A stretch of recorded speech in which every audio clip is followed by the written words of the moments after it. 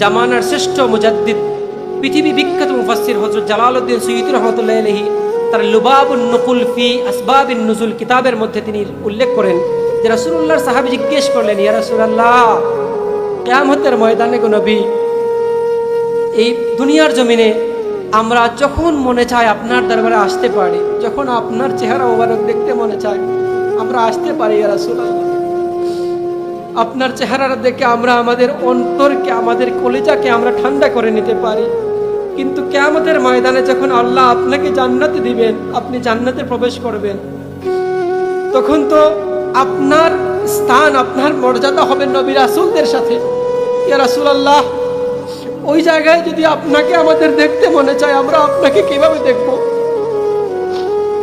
আমাদের নবী একদম চুপ হয়ে গেলেন।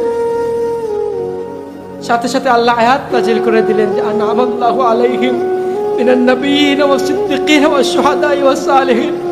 আমার নবী হাদিস বর্ণনা করেছেন, আল মারউ মা'a মান আহাব্বা, যার সাথে যার মহব্বত তার সাথেই তার কিয়ামত। বলুন সুবহানাল্লাহ। সাহাবায়ে কেরাম তো খুশি হয়েছিলেন এই দিন